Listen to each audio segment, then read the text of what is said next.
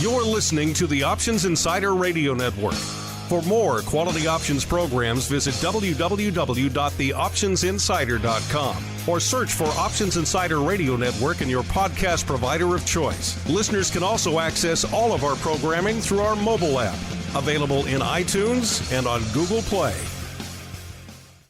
Gold, crude oil, corn, soybeans, and more. With so many tradable products, the futures options market can be an intimidating place. How can you possibly keep track of the latest trading developments across so many different products? Don't worry, we've got you covered. Welcome to This Week in Futures Options, the program designed to help active futures options traders stay on top of this ever-changing marketplace. Each week, we'll break down the top trades, hot products, volatility explosions, and much more. This Week in Futures Options streams live, so be sure to check out our live stream via the Mixlr app. That's MIXLR. Or join our live chat room at mixlr.com/options-insider.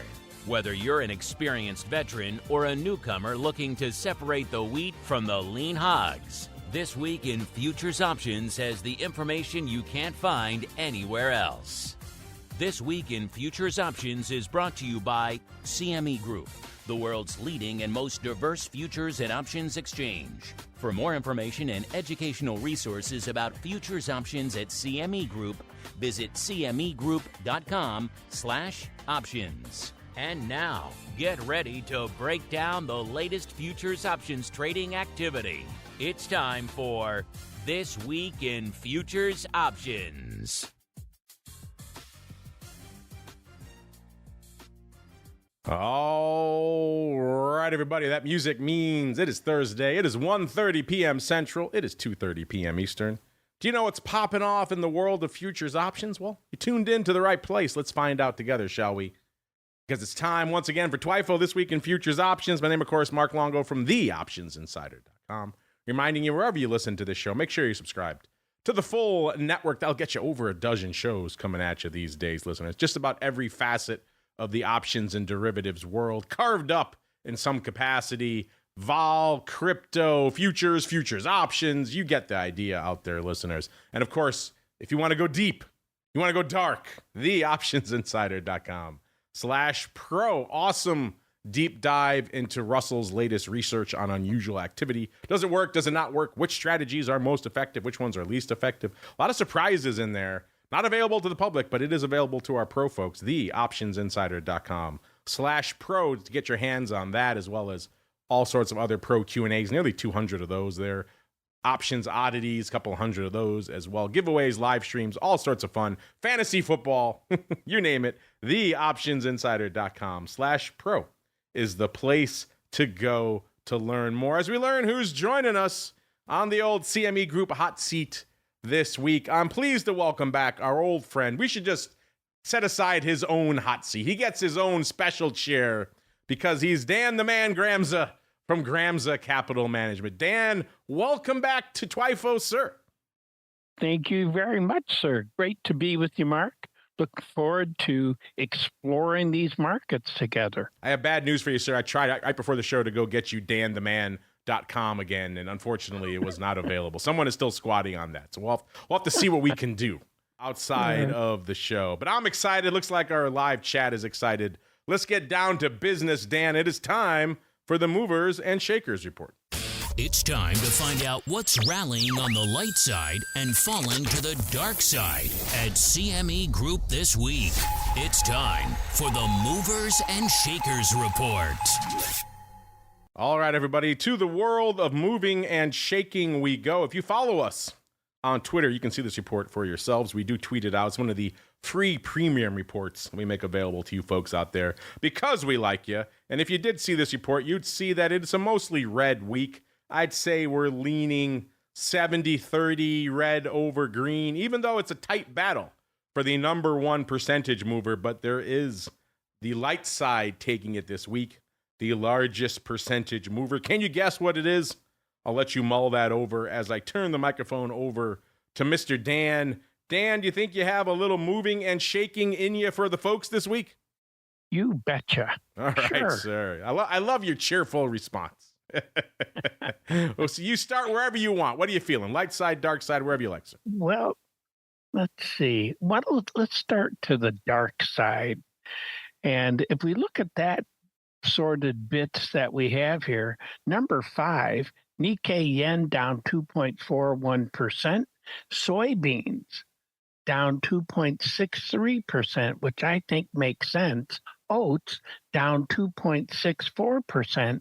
And a number of you probably remember last week that was number 1 to the light side, being up 9.78%. Soybean meal down 5.41%. And again, last week, that was number 3 to the dark side at minus 1.94%. The number 1 to the dark side is Bitcoin, down 7.65%. Now, let's go to the light side. And does the light side make sense based upon what we just talked about on the dark side? Because we have some things that are interconnected, like hogs and beans and meals, actually not on our list, but it's also, it's number 2 to the dark side. Well, number 5 to the dark side, or light side. Sorry. It's lean hogs up 2.69%. Number 4, heating oil up 3.26%. Number 3, copper up 3.68%. That makes sense too. Silver up 5.92%. Number 1 to the light side, platinum up 8.42%. And that was number 1 to the dark side last week, being down 3.78%. Hey, where in the heck is gold? Yeah. Well, we can talk about Where that is later. gold? But A big question, Dan. yeah. Let's get to the CVOL because we got some, I think, metals popping off there as well. Remember, listeners, you can run this CVOL report for yourselves. Just type CME and CVOL into your browser. Go to the aggregates tab if you want to line up with us. And then also go to the 1 week tab. You can set it for whatever range you want. But of course, we're looking back just over the last week. So we go to the 1 week tab. And then you'll be lining up with us here. And you did that. You'd see that energy is at the top of our list this week. The energy CVOL, 51.47, up about 1.7 points just today, listeners. So a spicy day in energy vol. We might have to go take a sojourn out to energy this week and see what's driving up all that juice. That is the high for the week. The low was 47, pretty much even. So a 4.5 point pop in energy this week, which is kind of interesting. Usually there's 2 big dogs that drive that. It's WTI and it's nat gas. So we can go flirt around with those. Commodities coming in right below it, 33.77, up 0.6 today. So a hot day in commodities vol as well. That is the high for the week. The low, 31.05. So interesting. Pretty much a 2 3/4 point range in the aggregate commodity CVOL as well. Below it, we got the ag products, 18.5. That's kind of unched today. The range for the week, 18.26 to the downside, 18.91. So one of the few that's kind of hovering in the middle this week. We have a lot of upside and downside, not many split in the uprights, but that is the ag products this week. Below it, we have the Treasury price vol, 447, kind of unched today. How much lower than 447 can it get, listeners? I guess we'll find out. The low for the week was actually 443, and the high 465, so kind of vacillating in that range post-Fed here, listeners. Below it, we have the FX CVOL. Again, never one that people look for first and foremost when they're looking for vol. 7.11 today. That's off 0.12, so a little bit of a move in FX vol. The low is actually 7.04. The high 7.45, so about 0.4 of a point range on the week for FX, which actually is decent for FX when you're starting at a baseline around 7.5. And then below it, we have the metals. Dan was just talking about these. Metals, all the rage these days, top of mind for everybody. The aggregate metals CVOL, 19.22, off about 1/3 of a point today, but popping hard this week. The high was actually 19.5, hit that yesterday. The low, 16.89. So over a 2.5 point range in metals CVOL this week. That is wild for metals. Again, you don't usually see metals as big bastions for vol either. So I have to dig in there as well. And bringing up the bottom of our list this week, the Treasury yield volatility, that has gotten smoked, 86.37 right now. That's right off the low of 85.78, the high 89.30. So again, post-Fed, we've seen all that Treasury vol come back down to earth. But you know what's not down to earth, Dan? As we mentioned in our movers and shakers, it's the metals. So I think we got to start there first. Werewolves beware. It's time to explore the options activity in silver, gold, and other shiny things. It's time to talk metals. All right, everybody, to the shiny stuff we go. You know where to go to fire up these reports for yourselves. CMEgroup.com/TWIFO, TWIFO/TWIO should also work, TWIO. Both of those should get you to these reports. You will have to log into or create a CME account. Takes 2 minutes and then you're good to go. And it is free, of course. Then once you're there, go into that asset class drop down. We're going all the way to the bottom of the stack, listeners. We're going to metals. And yeah, of course, we're going to precious. This year has been just dominated by precious metals out there. And even though it wasn't on our movers and shakers, Dan was surprised not to see it. I was kind of a little bit surprised not to see it sneak in there as well. Must have fallen right outside our top five there this week. But gold hitting new all-time highs all the time, it seems like. Today coming in 37.74, just an absolutely ridiculous level. Up 68 handles or nearly 2% just from Monday. So nice little run for gold. Of course, you had to make it up to about 2.7% to break into our top five this week. And putting up some volume this week as well. Nearly 400,000 contracts. 399 to be precise. So we might tick over 400K as the show is going here. But Dan, I'm hard-pressed to think of the last time I talked about gold this much. It is just inescapable. It's coming up on just about every show, or its counterpart, silver. Something precious is coming up. We just talked about silver on the last show. We did a deep dive into gold yesterday on the Futures Rundown. Is gold a bubble? Yes or no? Last week, Futures Rundown and TWIFO.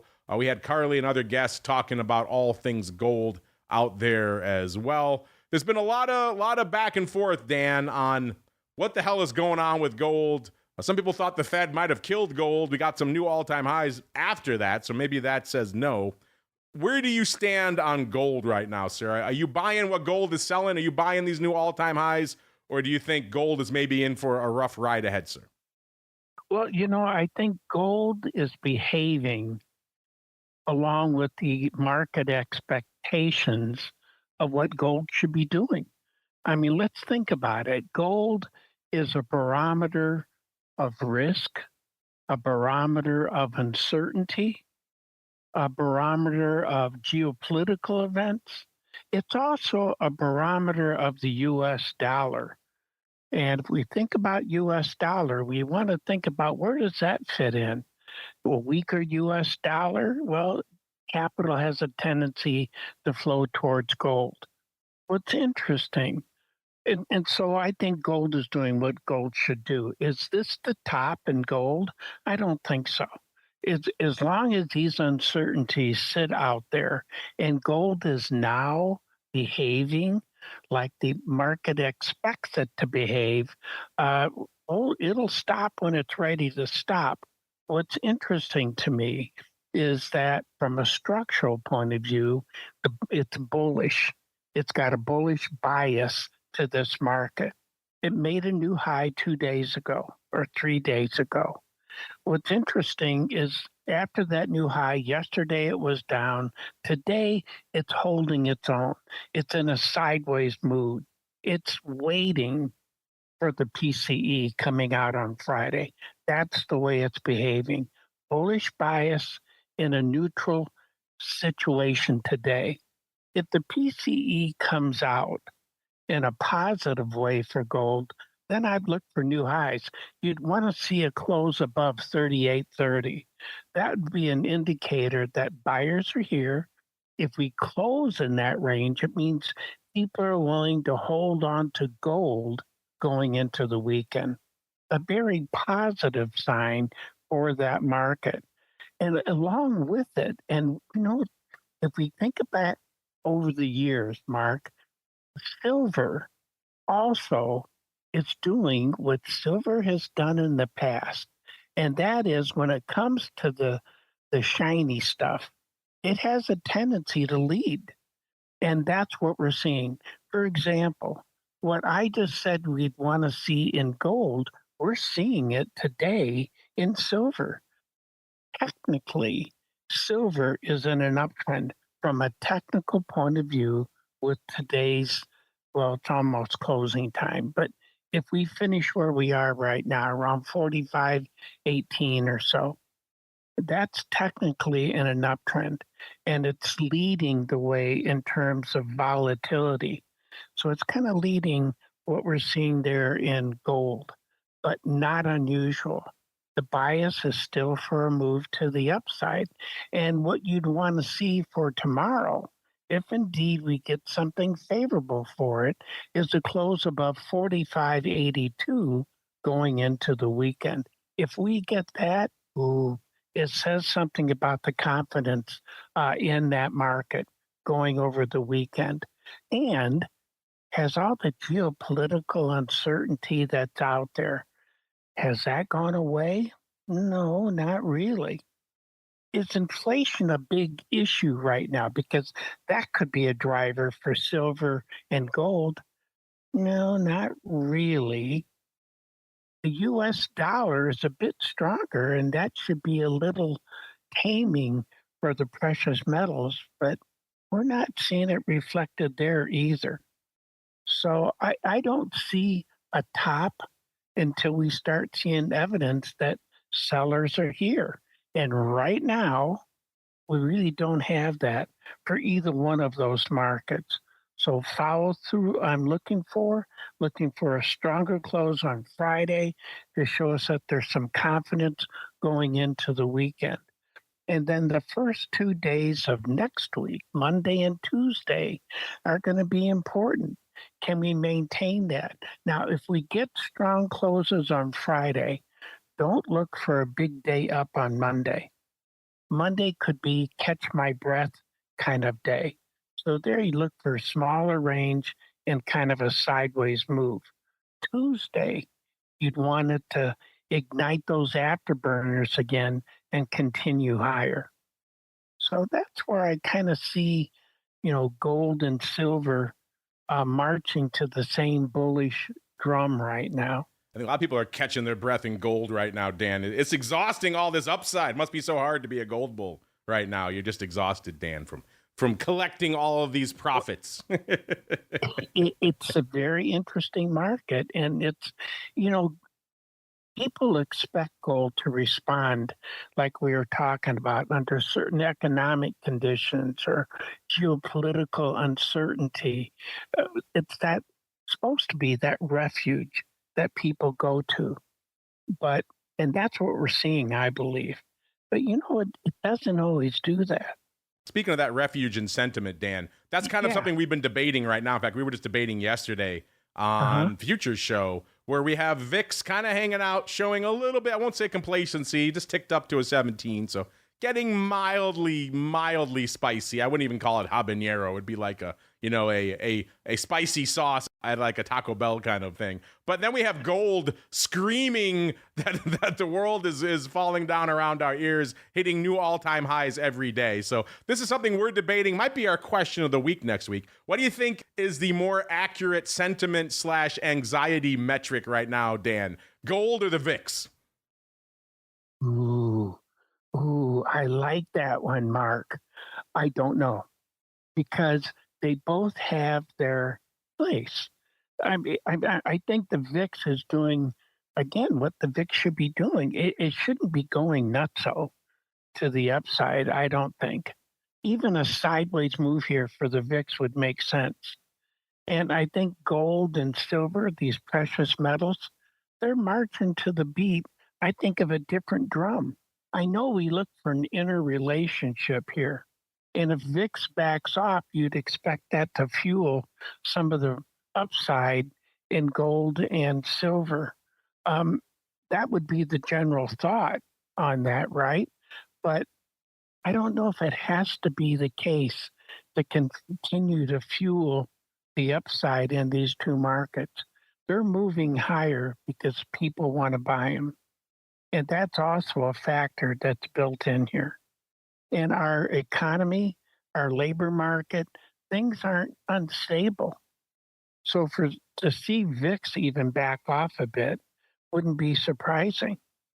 Or if that uncertainty still percolates or to move up a bit, I don't look for VIX to have a huge move, although we have ingredients today where the stock market's down for that to move. And something that's totally different in a sense on the metal side is what we're seeing in copper. But on the precious, I love that question that you asked, but I don't know. I think there may be some disengagement between the precious metals and the VIX. Definite disengagement there. Something fascinating to watch. I think that might be our question of the week next week. Right now, let's get out to gold, see what's lighting it up out here, listeners. I gave Dan some time to talk because I was right. We have ticked over 400,000 contracts, Dan. You bought time for gold to tick over 400K, 403,000 contracts. So another 4,000 trading just as we've started talking about gold. So a hot week out there in gold. That's, usually 250 is about what you expect out there. So a pretty spicy week out there. And of that, about a little over a third, 36.7% going up in the Dees contract, has exactly 60 days to go. We're going to hang out there. Gold usually bid to the upside. I'd say this gold skew in December, not quite as exuberant. It was only 5.4% bid last week. That has come in even more, down to 4.2%. But then again, we are blowing through new all-time highs all the time. So that is going to kind of exhaust even some of the most obnoxious of gold bugs out there. If you keep hitting new all-time highs, they can't keep bidding up that skew forever. And of course, skew tends to rotate a little bit, so that could be a lot of that at work there as well. It's not like the puts are super juicy right now. It's not like people are loading up on those. The puts were 3.3% cheap last week, nearly 4% cheap this week. So getting a little bit cheaper out there. By the way, what is the vol in Dees Gold? It's about a 17 exactly, up about nearly 2 points on the week. So that's where a lot of this spice in the metals vol is coming from. It's coming from gold. Obviously, gold, the big dog in the metals complex out here. And like I said, it's the 4,000 calls, Dan, in December that are leading the tape. Nearly 20,000 of those going up this week. 19,100, 7,000 on Monday, 7,300 on Tuesday, opening and closing both days, 3,000 on Wednesday, only about 1,800 today. That's against an OI of 12,000. If you're wondering what is a Dees 5,000. Those are trading today as well for $1.50. That's wild. But it's the Dees 4,000s. If you're wondering, what does the Dees 4,000 call come from or cost right now? What's it trading for? And you might say that sounds wild, but we've been shooting new all-time highs at this pace. We could hit 4,000 in a couple of weeks. But Dees 4,000 calls, $34.40. Dan, does that float your boat? You think 4,000 in 60 days, is that doable for gold, sir? Yeah, I think it is. Because the reason I say that, if you let's look at how it's been moving in terms of the ground that it covers. It took, well, let's see, before I say that, I should set it from there. We were at 3660 or so. It took us 3 days. Let's do it this way. It took us 3 days to go from 3660 to 30. What was that? That was 38. So to go over 200 points, it took us 3 days. So can we touch the magic 4? Yeah, I think we can. If you look at the moves that we have, I look at, the imbalance to balance. And if you look at a gold chart, let's say on a daily chart, you would see a market shooting up and then it goes sideways a bit. Then it shoots up again. So we can look at the imbalance when it moves directionally and the balance, which is when it catches its breath. All markets do that. They go from imbalance to balance. So that imbalance phase of a market like gold, what is the size of that? How long does it take to have that kind of move? So in 3 days to move from 3660 to 30, almost 38. Well, actually, it was above 38. Yeah, I think we could get to 4,000 if we see this kind of momentum still carrying on in the precious metals. Those numbers are really interesting. Mark, I love what you do because you add such, no, you do, Mark. Thank you. Your discussion of the options tell us so much about expectations that people have about a market. And it also gives us an insight in terms of where that expectation is by looking at these strikes and by looking at the skew. It's I love that. You do a terrific job with that. Thank you. I appreciate that. And I got an interesting one for you. Just came across my radar. It's stolen all of my attention. This might be my trade of the day. Nay, the week, Dan, in gold options. Just today, nearly 4,000 of the November 1,700 puts trading for a dime, Dan.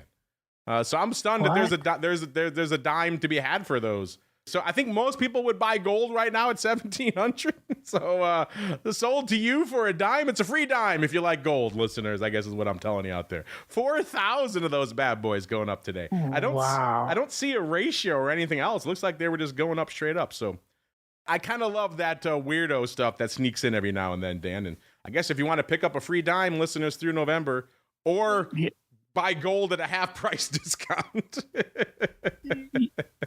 It does make you wonder, doesn't it?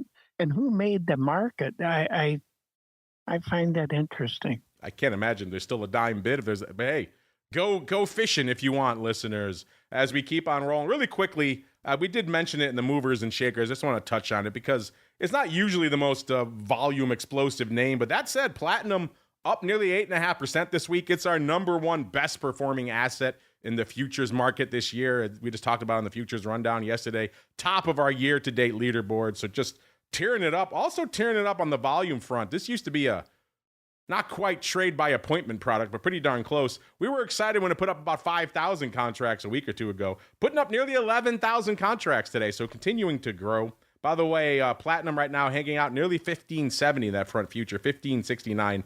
Up 137 handles, or nearly 10% just since Monday. So it's been a wild ride out here in platinum. Obviously, the calls are bid to high heaven. Just a question of how much. And if you go out to Dece of this year, they're about 16.5% bid. If you go out to Jan of next year, they're about 15% bid. Puts, nobody wants them, as you might expect. And the hot option out here, it seems like it's the Jan 1,700 calls, trading about 1,300 times this week, including about 700 times today. Worth noting, it could be a roll up from the 1,600s or the 1,500s. Those are all trading today as well. And the 1,500s have similar OI, both 1,800 to the 1,700. So maybe there's a vertical there. They're taking it off piecemeal, or maybe they're rolling. But either way, a lot of action on the 1,500s and the 1,700s in Jan of next year. 1,500s are obviously in the money, so probably a roll if I had to guess out there. Dan, really quickly, anything catching your eye in the top dog, at least percentage movers wise, in the precious, aka platinum, sir? Well, that also has been one from a volatility point of view, kind of leading the way. If we would take precious metals and say, what is the mover and shaker, and we would list them, it would be platinum would be number one, silver number two, and gold number three. Gold is really muted compared to these other two markets. And if you compare platinum to silver, platinum is really leading the way. And today is an important day for it because today, from a technical definition, that market's in an uptrend. And so that implies if you're trading it strictly from a technical point of view, you buy the break and sell the rally. And so that would, today was a very clean, well, we're not done, but so far it's a clean looking market. And I wouldn't look for the same type of movement for Friday going into the weekend, but you do want to see a positive move. You'd want to see it around 1570 or so. That would be a nice, consistent way to see the momentum carry on to the weekend. So it's got some volatility when I look at that kind of movement, and it can rock and roll. Platinum has always been an interesting market from a trading point of view in terms of movement. The challenge can be liquidity, but it seems to really been maturing in terms of gathering attention. Yeah, that's fun to see. I like to see markets growing in terms of volume because that means our listeners can maybe sink their teeth into them. I used to caution them away from platinum, but these days it's starting to become a little bit more viable as we keep on rolling into our next complex. I said during the CVOL, I was kind of intrigued by what's going on in energy. I see we've got some requests coming in the live chat for nat gas as well. So I think we're going to hit energy next. It's time to tap into the deep options well of black gold, Texas tea, nat gas, and more. It's time to talk energy. All right, listeners, go into that drop down, pop out of metals. You're going to go up 4 slots to energy. And then where we start from there, it could be anyone's guess, crude oil or nat gas. They're the two big dogs out here. We do have requests for nat gas. Like I said, the energy CVOL, kind of fascinating this week. Just a huge range out there, up 4.5 points on the week. So a big pop in energy CVOL. Also worth noting, a decent movement this week as well. If we expanded our top 5 to a top 10, WTI would be in there up about exactly 2%. Nat gas actually taking a bit of a breather this week, off about 1%. But vol looking spicy out here. So I guess since we have requests and I am intrigued, let's go out to nat gas first. Putting up decent volume this week as well, 530,000 contracts. It's not threatening a million like it can some week, but a decently active week when nat gas isn't really on the top of the news cycle or anything along those lines. We're starting to head into that seasonally spicier time for nat gas listeners, and we're hanging out at a 320. That is reflective of that right now in that front future. And if we go out there to where the volume is right now, it's in November, about nearly half of the paper, 48% of that, roughly 500,000 contracts going up in that. Nove contract has about 33 days to go. So we will hang out there. And also it looks like nat gas is one of the culprits for this little bit of a vol explosion out here. It is popping up 2.25 points in that Nove contract, hanging out at right around 58.25. So gaining some juice. If you go nearer dated in the weeklies, those vols are up 5 to 3.5 points there as well. So looks like vol is getting spicier out here in nat gas. And we're hanging out at a 320, the hot option out here, 2.75 puts in November, going up 23,000 times this week. So kind of interesting. Dan, we're heading into that seasonally interesting period for nat gas. Anything catching your eye out there this week, sir? Yeah, I'm skeptical. The last 3 days, yes, we've been higher. Today we had a bit of a rally. It sold off. It's what I call a non-symmetrical pullback. If you're on the long side, nothing telling you to abandon ship, but I'd be very cautious on the long side with that market for a couple reasons. One, from a technical point of view, this does not look like a strong market. It has a bias to the downside. And from a fundamental point of view, we got a lot of nat gas. Our inventories have been increasing, not decreasing, and we have a stronger dollar. That has an impact here on nat gas and on crude. So I think both of those. And now there talk about what's happening in the Middle East and what's going to be happening with nat gas globally. I just don't see the fundamental drivers to sustain a move to the upside in nat gas. So I'm not super bullish that market. However, price dictates what we do, not an opinion.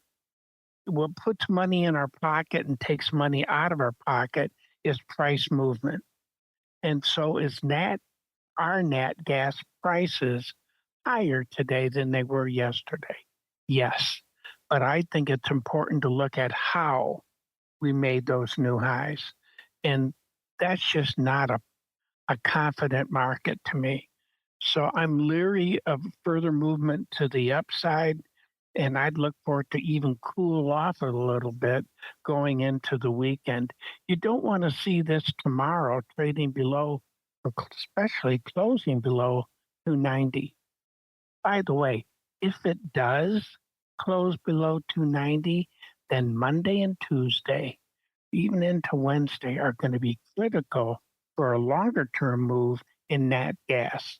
And what you'd want to see, if it closes below 290, you want to see it closing below 275 within the next 2 days. So that would be by the close of Tuesday. Wow, 275. That'd be a big. I have to admit, I'm kind of with you. When I first fired up nat gas today, I was a little surprised to see it at 320. It just leaps off the page to me as a little bit lofty, even if we are heading into that seasonally juicy period. So it sounds like, Dan, these Nove 2 3/4 puts, which I just pulled up, they're trading for about 6 cents today. Sounds like you might be a buyer of those. If you think we might be at 290 tomorrow and 275 by Monday, sir. You know something, Mark? Here's the deal. So let's say you and I are sitting next to each other and we say, yeah, right now it looks bearish. If we trade lower, done. Let's buy some puts. However, I would put a time parameter on those puts.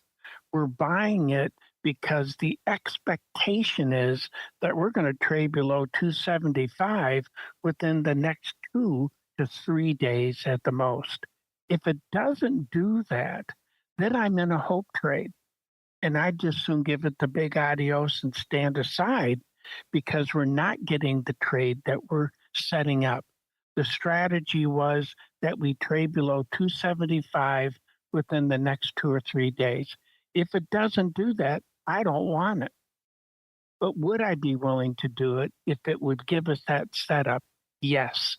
But, Monday and Tuesday would determine whether or not we'd want to hold on to it. I know you just got a big adios for everyone playing the home game there, listeners. So that might scream to me, I'm buying those puts. I'm taking a 6-cent flyer on those bad boys. It's only 6 cents, Dan. 6 cents. We could roll the bones on that, I think.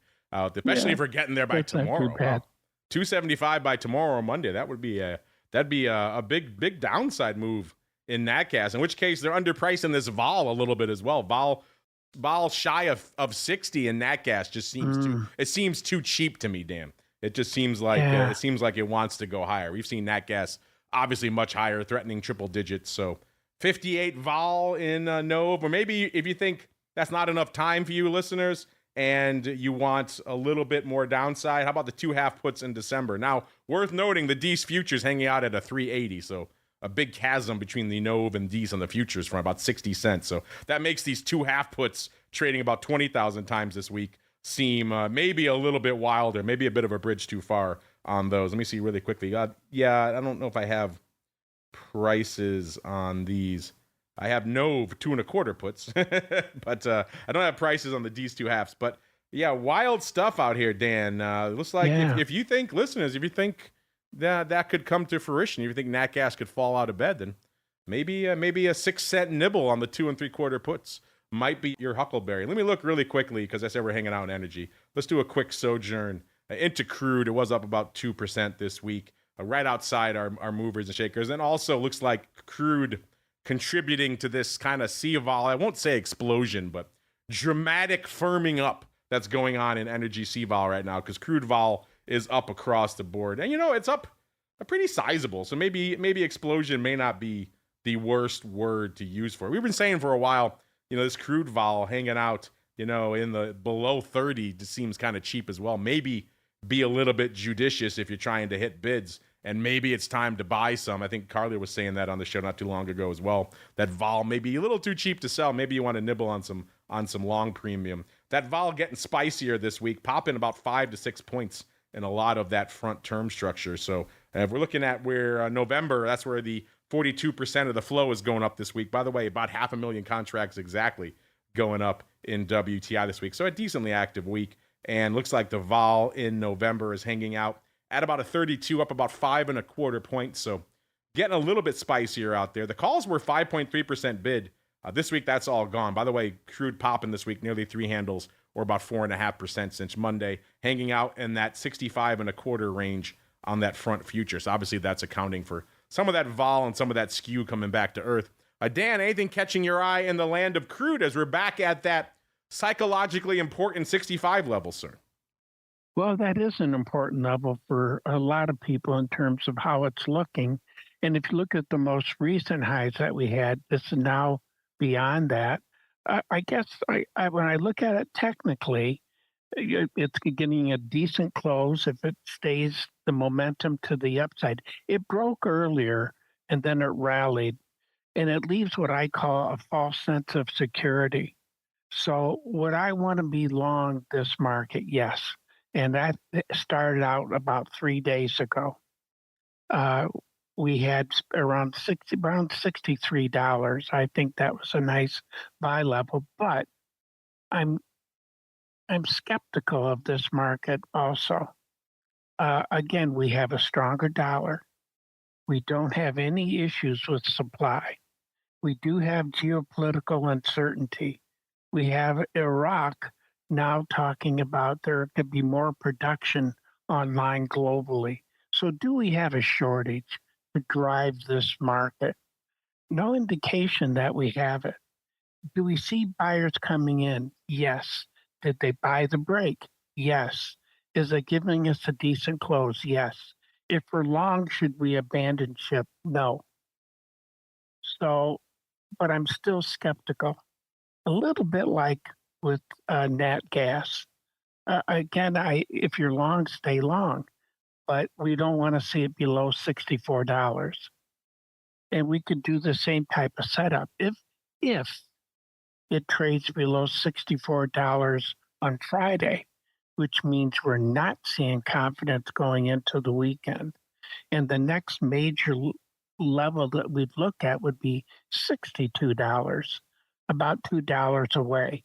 And if it trades below $64, then we want to be below $62 within the next 2 to 3 days. So by the close of Wednesday. And if we were buying puts and it doesn't get below that $62, I would have a tendency to give it the big adios, because that is the reason the trade would be put on. And again, if we're on the long side, I don't see a reason to sell it, which is around 65 and a quarter or so. I wouldn't want to be a seller here. I just don't see strong fundamental support for this market. All right, Dan, I've been driving the bus. Some of our listeners have been driving the bus. It's your turn to drive the bus. Where do you want to go next, or what products are calling your name? Well, let's see. We have, should we look at we haven't looked at equities. We you have want not. To look at stock indices, take a peek at those. I think we can make that happen, sir. To the world of equities we go. It's time to explore the volatility swings, skew changes, and hot options trades in your favorite indices. It's time to talk equities. All right, everybody, to the equities we go. Pop out of energy. It's an alpha order list. You're just going down one slot to equity indexes, listeners, and product family. You're going to U.S. index E-mini. And then we can pick Dan's poison. We go in RUT, we go in S&P, we go in Qs. What's catching your eye out there this week, sir? Well, should we start with the S&P? I think we could do that, sir. Go ahead. Well, what's interesting about it, and we backed off for the last 3 days. And remember, those last 3 days, that's when we saw that rally in precious happening as well. And we also saw it in energy. But it looks like today, excuse me, we may have gotten cheap enough that buyers are coming back into this market. It reached levels that we found buyers before, around 66 and a quarter. And so we're seeing a bounce off of that. We're around 58 right now. So it did give us a little bit of a bounce. And we got, PCE coming out. So the market's kind of positioning itself for that, I think. It's bearish right now, and if we're on the short side again, nothing telling us to be a buyer. But if we're on the short side, I think we'd want to exit if it trades above, especially if it closes above 66.75. So how do we go into the weekend? How does it absorb tomorrow's numbers?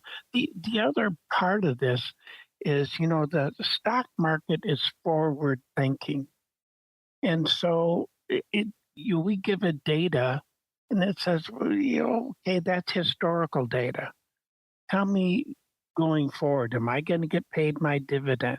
Is the Fed going to lower interest rates? Are they going to stimulate these markets? So the expectation is, what is the Fed going to do next? And that's usually the top item if you look at a list for the stock market. And the expectation is high that they are going to be lowering interest rates. This implies we may see a little bit of a bottom being formed here. So tomorrow's close, I think, could be very important for us. If we would have an enthusiastic close, now in the S&P, that would be a close around above 67 even. If we see a close above that, it says buyers are back. The buyers that we're seeing coming into the market right now continued that upward momentum. They're willing to hold it going into the weekend, which I think is an important parameter. And again, ideally, we've been talking about those 2 or 3 days. That means next week, by Wednesday, we'd want to see new highs above the swing highs, and that would take us up a close above 67.55. So that would be in other words, we would go up the way we came up just a few days ago. The last 3 days were down. The previous 3 days were up. And to see, we want that same type of enthusiasm, that buyers are here and they're confident. So I think how it moves in the next 2 or 3 days could be very important for us from a longer term point of view. Yeah, it's been wild to watch, certainly post-Fed. You and I haven't really chatted since the Fed, and, the Fed made comments a lot of people thought weren't maybe the most dovish for the market, and yet we saw an aggressive rally. Starting to see some of that unwind today. What are your thoughts on this rally we've seen post-Fed and maybe a little bit of a sell-off? Looks like it's mitigating now. They're only off about 0.5%. We're still hanging out right around that 6,600 level in the S&P. But what are your thoughts on the price action we've seen over the last few weeks in particular, Dan? I think your summary, what you just said, Mark, was right on the money. It was really what we saw.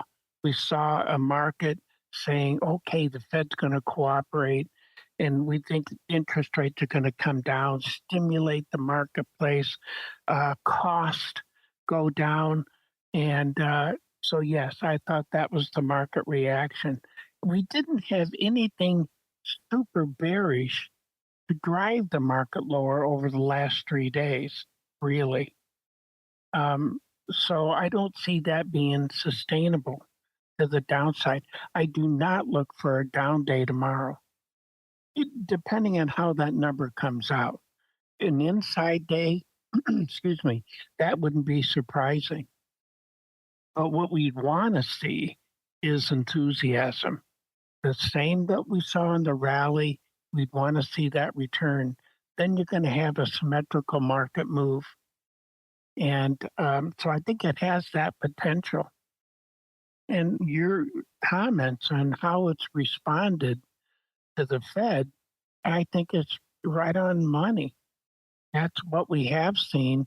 And the setup now is that we've gotten cheap enough to find buyers. The issue is, do they follow through tomorrow? Do they give us a close above 66.75 is the first level I'd look at. And then the next level we'd want to think about is 67 even. Do we do that? If we do that on Friday, whoa, daddy, that's a very strong signal. Whoa, daddy. I like it.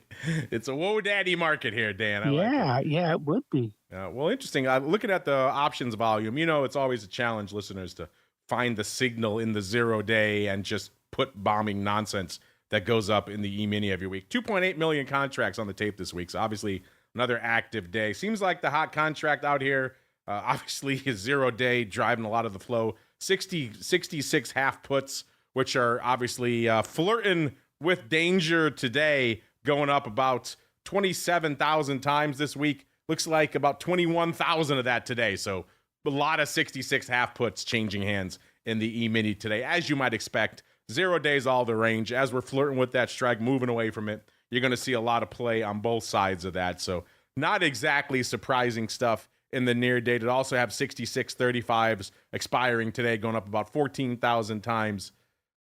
69 half calls trading 18,000 times this week. All of that yesterday, all opening yesterday. Ooh, those might be an ouchie. I'll have to go look and see what they paid for those. If they bought them, hopefully they sold them, in which case they're looking all right. I can't imagine they traded for much either way. 69 halves, listeners, that seems like a... Are we starting to get like we have put bombers in the SPX, starting to have crazy call bombers out here as well? If you keep rolling out a little bit, 55 half puts expiring in 4 days. Again, getting back to some of that put bombing. That's still going up about 25,000 times. If we roll out a little bit farther out, how about... Let's see. How about 6,400 puts expiring in 15 days? That seems to be a pretty active contract as well, going up about 10,000 times so far this week. Looks like the big day was actually Tuesday. 5,000 of them. It's like mostly opening on Tuesday, and then they took, it was like about half of that off on Wednesday, about 2,500. 500 and change today, 1,500 trading on Monday. It looks like a 1,500 open. So a lot of action on the 6,400 puts. Again, these are expiring in about 15 days out here. So 6,400, certainly a strike that we could revisit very easily in a couple of weeks out here. So interesting stuff out here. And if we go a little bit farther out, 6,600 puts. Does seem like it's mostly puts on the dock. And in fact, if we go farther out, let's go all the way out to October. Here we go. 36 days, listeners. I know that's an eternity in our 0 day world, but that one looking pretty hot this week as well. We've got about 38,000 of the 6,500 puts going up this week. So that's an interesting one. And again, a strike we could easily revisit. We were below that not that long ago out there. So 6,500, for some reason, my system not wanting to give me a bunch of prices on these right now. Here we go. All right, and trades. Here we go. So it looks like folks were bailing on these, listeners. Looks like there was a 6,500, 6,300 put vertical that went up on Wednesday. Not a roll. Looks like it was a put vertical because it went up about 35,000 times, closing on both legs, listeners. So somebody bailing on that put vertical on Wednesday, and that seems like that was the big dog on those strikes, which is why those two puts are so active. They're about 6, 7x anything else going up in that same expiration cycle. So a size vertical put spread being unwound on Wednesday out here, listeners. Dan, we got time for maybe one more quick complex. Anything else catching your eye this week, sir? Well, are there any other equities that we should look at, like the NASDAQ or... We could do that. All right. Or... Let's finish up then in the rest of the equity. You're right. The rest of the equities don't get a lot of love. And NASDAQ in particular has been moving quite a bit. It's been putting up a lot of volume, certainly on the QQQ side for a while. It's been doing a lot of action out there. It's been interesting to watch that on our hot options report at the end of every day. Let's get out to the NQ listeners and see how they're faring this week. About 180,000 contracts, so an interesting one to watch. NASDAQ has been leading the charge, usually movement-wise to the upside and to the downside lately amongst all the major indices. So for a vol play, it's certainly been one of the more intriguing of late. That said, if we go out into the weekly vol, we got NASDAQ vol hanging out at about a 16, which is not that dissimilar from what we're seeing in the VIX cash hanging out at about a 17, 16 half today. If we go out a full 30 days in the NASDAQ, so we line it up with VIX, we're hanging out at about an 18.15. It's up 2.15 points on the week, so getting a little bit spicier out there in the NASDAQ. But as you would expect, NASDAQ in the 0 day camp, like everything else, 42% of the flow this week is going up in the contract that expires in a few minutes. Looks like the big dog out here, listeners, are hanging out 24,632. It's the 24,550 puts going up 2,373 times this week, 2,116 of that today. So all opening papers, only 81 contracts open. So a lot of opening paper on the 24,550 puts. Dan, what is catching your eye out there in the wild beast that is the NASDAQ these days, sir? Well, I'm looking for it's positioning itself, I think, for a market, again, that's gotten cheap enough to find buyers. It's kind of similar to what we saw in the S&P, which makes sense because of to some of the stocks in both of these indexes, but it's more enthusiastic. In other words, the shadow that we're seeing on the bottom, the behavior we're seeing going into the close, it's a market that's looking for an up day on Friday. And even though it's a down day today, I'd be cautious on the short side for that market. There, I don't think we want to see it trading above 24,630 in that range. You want to see it staying below. And we have a fundamental coming out that could change the attitude that we're seeing. So, from my point of view, the buying that we're seeing coming in today, can it follow through? Will it have an excuse to do that? And that excuse would mean we'd look for some volatility tomorrow. And ideally a close above 24,800 would be that'd be a terrific way to go into a weekend. That would again be a woe daddy kind of movement because it would imply buyers are returning and willing to hold on to this position. And then, just like these other ones, we just happen to have these setups for Monday through Wednesday of next week are going to be very important for follow through. And if we don't get that, and by follow through, I mean here in the NASDAQ market that we're closing above, 25,020, someplace in that range. So it says, yes, buyers are willing to push us back to new highs. If we don't see that, it's not necessarily bearish. It implies a sideways move. So these next few days are really going to be interesting to see how the market absorbs the information on Friday and then the behavior that we see Monday through Wednesday of next week.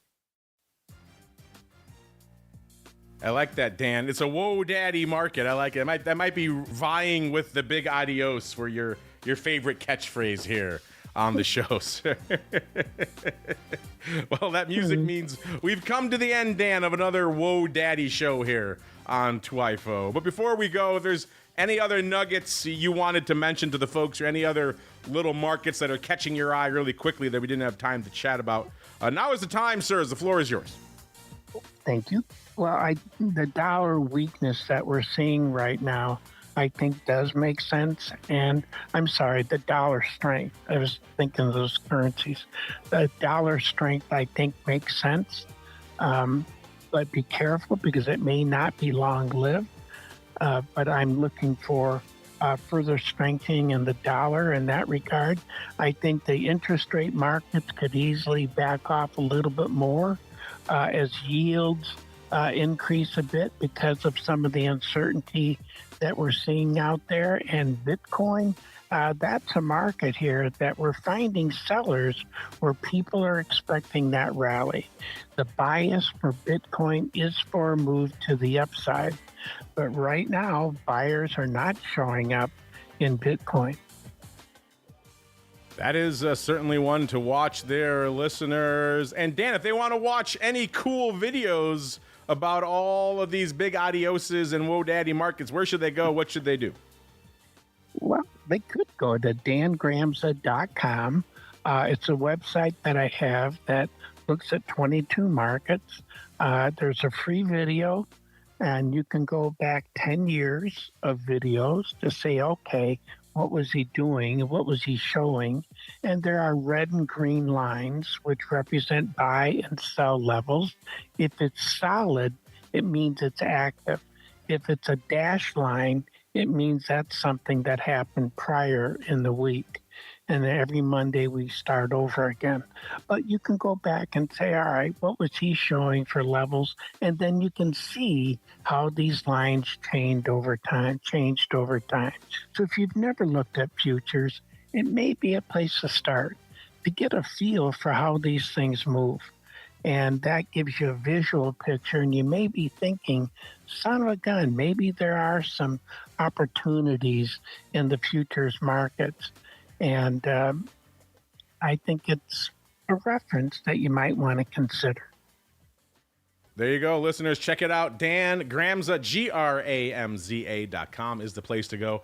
Don't go to dantheman.com. That is not official yet. We have to work behind the scenes to make that Dan's website. But for now, dangramza.com, the place to go to kick the tires and light the fires. While you're checking things out online, make sure you're checking out our friends over there at CME. CMEgroup.com/TWIFO, TWIFO is the place to go to begin your journey. Where else are you going to get any data about the futures options market, let alone free data? You can't beat the price. CMEgroup.com/TWIFO, the place to go. Get over there before they come to their senses and start trying to charge you for all that data. So check it out there. That's going to do it for us on the old TWIFO show. Not going to do it for us on the network, though. We'll be back in about an hour to talk about all the madness, wrap up the wild day in options with the hot options report. Then I'll be back again tomorrow to talk some vol, noon Central, 1 p.m. Eastern. I do believe Dr. Vix is back from his hiatus. Who else will join us on the show? You got to tune in to find out. Then we're back exclusively for our pro friends. TheOptionsInsider.com/pro is the place to go. I saw some trades floating around in our live chat that I have to admit I was mulling some of those myself during the show. Far be it from me to pull the trigger on some trades while I'm talking to Dan. I would never do that, but I was intrigued by a few of those, I will say. So maybe we'll get to some of that on Oddities tomorrow. And then, of course, we'll wrap it up one final time with a little bit of the hot options report tomorrow before we're back again next week, all the way to next Thursday, another episode of This Week in Futures Options. Stay safe out there, everybody. This Week in Futures Options is brought to you by CME Group, the world's leading and most diverse futures and options exchange. CME Group's markets help individuals and businesses around the world manage risks and seize opportunities. CME Group offers the deepest and most liquid options on futures across all asset classes, including interest rates, equity indexes, foreign exchange, energy, agriculture, and metals. For more information and educational resources about futures options at CME Group, visit cmegroup.com/options. This broadcast is intended for informational and educational purposes only and does not constitute trading advice or the solicitation of purchases or sale of any futures or options. The rulebook of the applicable exchange should be consulted as the authoritative source on all current contract specifications.